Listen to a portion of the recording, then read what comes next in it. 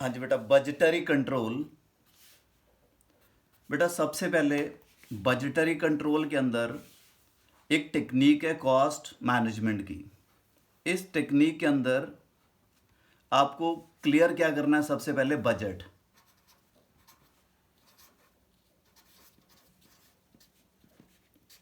Budget का जो meaning है, आप बहुत पहले से पढ़ते आ रहे हो बजट का मीनिंग। बजट होता क्या है बेसिकली?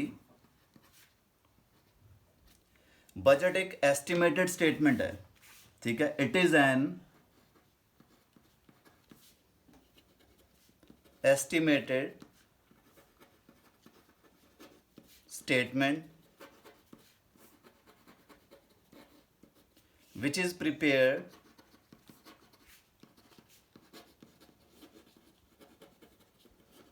by the management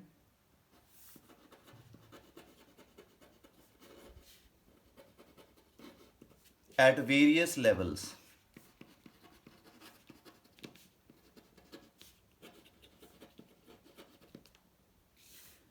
अब क्वेश्चन क्या रेज होता है, आप किसी भी चीज का बजट प्रिपेयर कर सकते हो।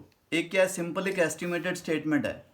अगर हम कैश बजट की बात करें तो कैश बजट में क्या होता है, गवर्नमेंट बजट की बात करें, मतलब आप किसी भी चीज का बजट मेंटेन कर सकते हो। इसका सिंपल मीनिंग क्या है कि स्टेटमेंट है which is estimated prepared by the management at various levels, ठीक है जी। से फॉर एग्जाम्पल हम बिजनेस पॉइंट ऑफ व्यू की बात करें तो बेटा जैसे अभी अगर 2019 में we are planning for 2020 business के अंदर कि हमारी नेक्स्ट ईयर प्रॉफिट्स क्या होंगे, एस्टिमेटेड। तो एस्टिमेटेड प्रॉफिट का मतलब आपके प्रॉफिट किसके ऊपर बेस्ड होते हैं, सेल्स के ऊपर, ठीक है।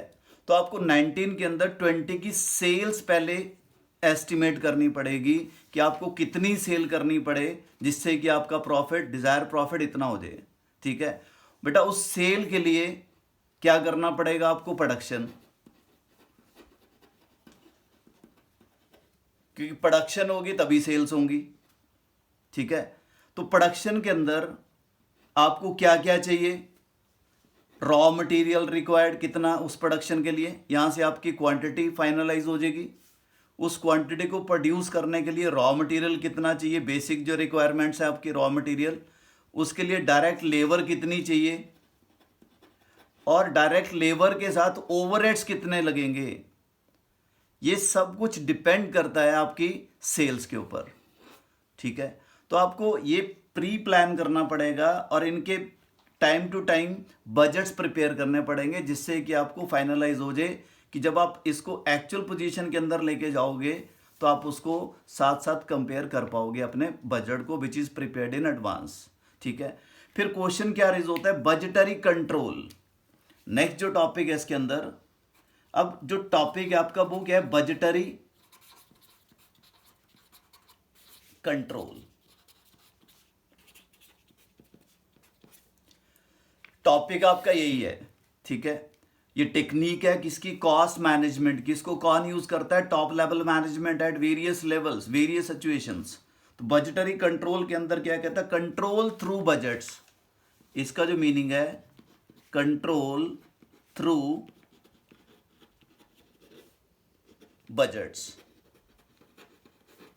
जो आपने ऑलरेडी बजट्स प्रिपेयर किए होंगे एडवांस के अंदर, डिफरेंट डिफरेंट लाइक सेल्स के अंदर प्रोडक्शन का बजट हो गया, रॉ मटेरियल रिक्वायर्ड का हो गया, लेबर कॉस्टिंग का हो गया, ओवरहेड्स का हो गया, डिफरेंट टाइप्स ऑफ बजट्स जो आगे हम पढ़ेंगे आगे जाके। तो उन बजट्स को आपने प्रोडक्शन से पहले प्रिपेयर किया होगा, ईयर से पहले प्रिपेयर किया होगा, एक पर्टिकुलर टाइम से पहले प्रिपेयर करा होगा।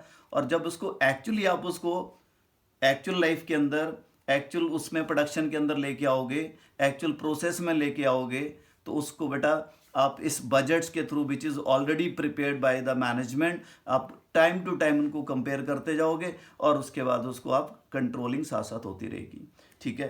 तो इसके जो स्टेप्स हैं कैसे कंट्रोल होगा, तो इसके स्टेप्स जो हैं बेसिकली, स्टेप्स के अंदर स्टेप्स नंबर 1। तो स्टेप्स में नंबर 1 क्या रहेगा? Prepare various budgets. फर्स्ट जो स्टेप रहेगा, prepare various budgets.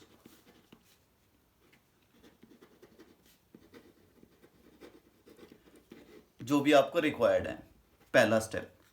Second step के अंदर क्या रहेगा? Evaluation actual results.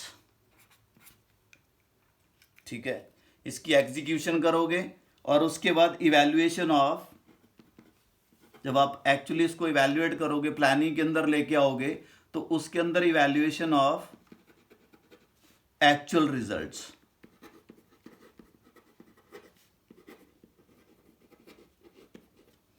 ठीक है, जो आपने बजट्स बनाए होंगे, बजट क्या हो गया? एस्टिमेटेड स्टेटमेंट है, बट अगले स्टेप में आप क्या कर रहे हैं? Evaluation of actual results.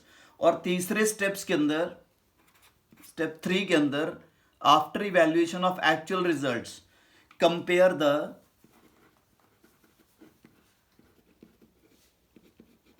Actual results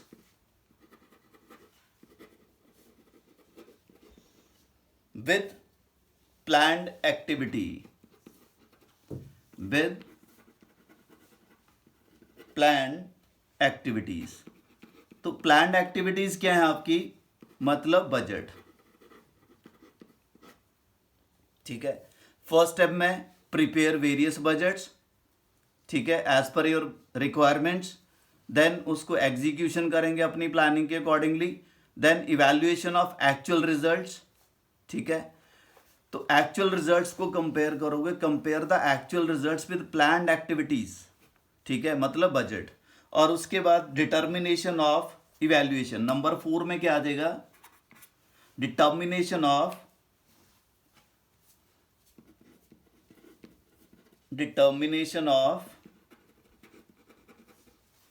deviation. Deviation मतलब डिफरेंस।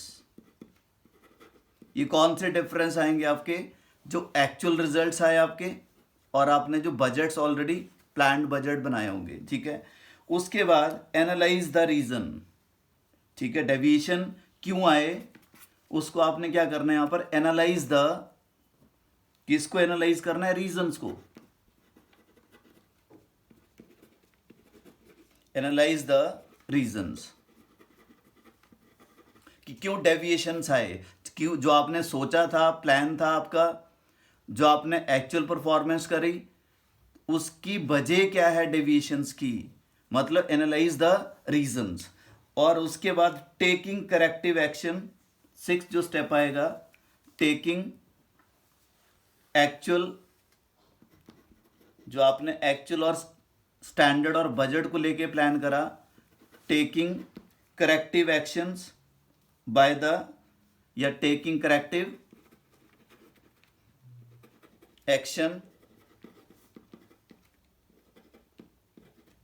इसका मतलब क्या? टेकिंग एक्टिव जो भी आपके करेक्टिव एक्शंस आएंगे, टेकिंग करेक्टिव एक्शंस मतलब उन डेविएशंस को ठीक करने के लिए टाइम टू टाइम आप क्या करोगे यहां पर? करेक्टिव एक्शंस मतलब उन डेविएशंस को रिमूव करोगे, जिससे आपको हेल्प मिलेगी किसके अंदर? कंट्रोल के अंदर, जिसका नाम क्या रखा आपने? Budgetary control. ठीक है बेटा, तो बेटा ये बेसिक जो चैप्टर का बेस जिसको हम बोलेंगे वो यही है कि first of all you should clear the meaning of budget, then budgetary control, control through budgets. तो उसके कुछ एक स्टेप्स फॉलो करोगे आपको क्या करना पड़ेगा एक्चुअली इस टेक्निक के अंदर? वेरियस बजट्स प्रिपेयर करने पड़ेंगे, उनको एग्जीक्यूट करना पड़ेगा। Then evaluation of actual results, जो आप एक्चुअल परफॉर्म करेंगे। Then compare the actual results with various budgets. ठीक है, then after making comparison between actual budgets और एक्चुअल रिजल्ट्स और various budgets, then compare the actual results with the planned activity और budgets. ठीक है, उसके बाद डिटर्मिनेशन ऑफ डेविएशन। जब आप एक्चुअल और एस्टिमेट्स को, बजट्स को कंपेयर करोगे, then will definitely find some deviations. ठीक है, और after find out the deviations, analyse the reasons why the deviation took place, और after getting the reasons of deviations, then you have to taking the corrective actions. Fine. So next जो topic है आपका इसके अंदर, that is classification of budgets.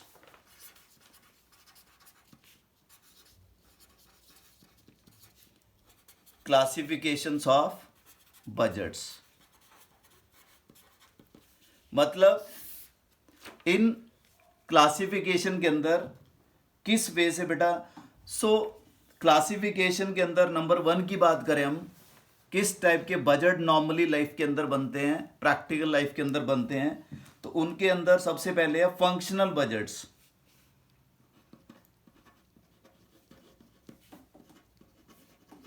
Functional budgets, ठीक है बेटा। ये जो बजट्स बनते हैं on the basis of functions, क्योंकि हर ऑर्गेनाइजेशन के अंदर different different functions are perform, तो ये सारा कुछ किसके ऊपर डिपेंड करेगा, उनके फंक्शंस के ऊपर। देन सेकंड वन इज इस फंक्शन के बजट की बात करें, फंक्शन के अंदर सेल्स बजट, ठीक है।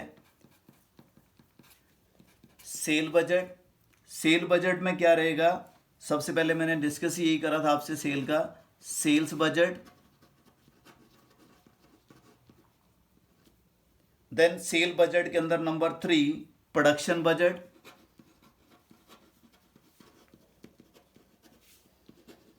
प्रोडक्शन बजट के अंदर प्रोडक्शन एस्टिमेटेड होगी।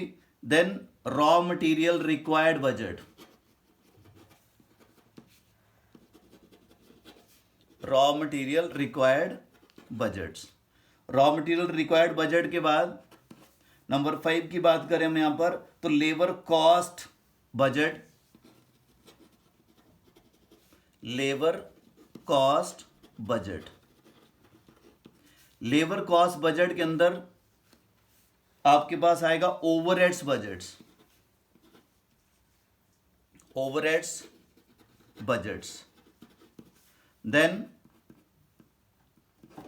नेक्स्ट क्या रहेगा, परचेज बजट। बेटा परचेज किसकी होगी यहां पर, परचेज बजट मतलब purchase of raw material, purchase of raw material budget, कितना परचेज करना है। देन कैपिटल एक्सपेंडिचर, कैपिटल कौन से होते हैं capital expenditure, like expenditure on plant and machinery, furniture, fixture, land and building, तो capital expenditure budget. Then number 9 के अंदर हम बात करें अगर, तो cash budget.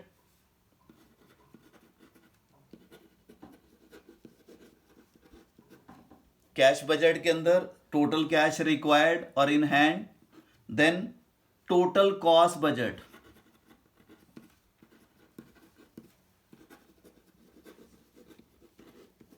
Then flexible budget, which is the most important budget, flexible और fixed budget।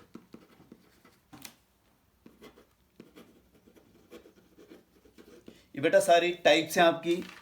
इसके अंदर बजटेड फाइनेंशियल बजट, इसमें क्या आएगा, बजटेड फाइनेंशियल बजट या फाइनेंशियल बजट बोल सकते हो आप इसको, ठीक है। फाइनेंशियल बजट्स, तो बेटा टोटल जो बजट्स रिक्वायर्ड होंगे, बेटा बजट्स की कोई लिमिट नहीं है, but these are the very common budgets, ठीक है, जिन बजट के बेसिस के ऊपर हम बात करते हैं। क्या जी, फंक्शनल बजट। फंक्शनल बजट के अंदर ही आपका सेल बजट है, प्रोडक्शन बजट है। मैंने फर्स्ट स्टेप में बोला था सेल बजट को लेकर कि सेल्स कितनी होंगी, क्योंकि आपके प्रॉफिट्स ऑलरेडी एस्टिमेटेड है बाय द मैनेजमेंट, तो उतने प्रॉफिट्स को अटेन करने के लिए how much sales required of different products, वो सारी डिटेल इसके अंदर, ठीक है। देन बेटा सेल करने के लिए आपको क्या चाहिए, प्रोडक्शन भी चाहिए, क्योंकि प्रोडक्शन होगी तभी सेल्स होंगी, ठीक है। तो उतनी प्रोडक्शन भी करनी पड़ेगी हमें, ठीक है, ये एडवांस में सोचना पड़ेगा, तभी बजट बन रहा है इसका। अब उस प्रोडक्शन के लिए आपको क्या चाहिए, रॉ मटेरियल रिक्वायर्ड बजट। बेटा उतने यूनिट्स प्रोड्यूस करने के लिए प्रोडक्शन में क्या होगा, units of various products to be produced in the coming year, तो बेटा उतने यूनिट्स प्रोड्यूस करने के लिए कितना रॉ मटेरियल रिक्वायर्ड रहेगा, तो वो बजट्स बना आपका। उस रॉ मटेरियल को कन्वर्ट करना अपने फिनिश गुड्स के अंदर, तो लेबर कितनी चाहिए, उसकी कॉस्ट का बजट, लेबर कॉस्ट बजट जिसको आप बोलते हो, उसको कन्वर्ट करने के लिए आपके कुछ एक एक्सपेंसेस भी होंगे, जिसको हम कॉस्टिंग के अंदर क्या पढ़ते हैं, ओवरहेड बजट। तो ओवरहेड बजट की भी बात होगी वहां पर। फिर उस रॉ मटेरियल को परचेज भी करना आपने, तो क्या चाहिए हमें, परचेज बजट भी चाहिए, ठीक है। फिर कैपिटल एक्सपेंडिचर में भी आपको मशीनरी रिक्वायर्ड होगी, may be new techniques of production required होंगी, whatever the investment in fix asset is known as a capital expenditure. और उसके लिए डे टू डे एक्टिविटी को मीट करने के लिए आपको कैश भी चाहिए, रिक्वायरमेंट ऑफ कैश वो किसके अंडर आएगी, कैश बजट के अंदर। और टोटल कॉस्ट बजट कि उतने यूनिट्स प्रोड्यूस करने के लिए, उतनी सेल करने के लिए आपको टोटल कॉस्ट कितनी बियर करनी पड़ेगी इन एडवांस। बिकॉज अगर एडवांस में आपके पास इंफॉर्मेशन होगी तो आप इसको इन एडवांस बेटा you can arrange the various funds, ठीक है, कि आपके पास फंड्स की शॉर्टेज ना हो। तो आपके पास अगर टोटल कॉस्ट ऑलरेडी प्लान्ड होगी तो you can arrange the funds, अगर डेफिसिट होंगे तो। देन फ्लैक्सिबल बजट की बात करें, flexible budget, then fix budget, और लास्ट में फाइनेंशियल बजट और फाइनेंशियल स्टेटमेंट बजट, ठीक है। तो बेटा इसको एक एग्जाम्पल के थ्रू हम इसको क्लियर करेंगे 1 to 1 करके।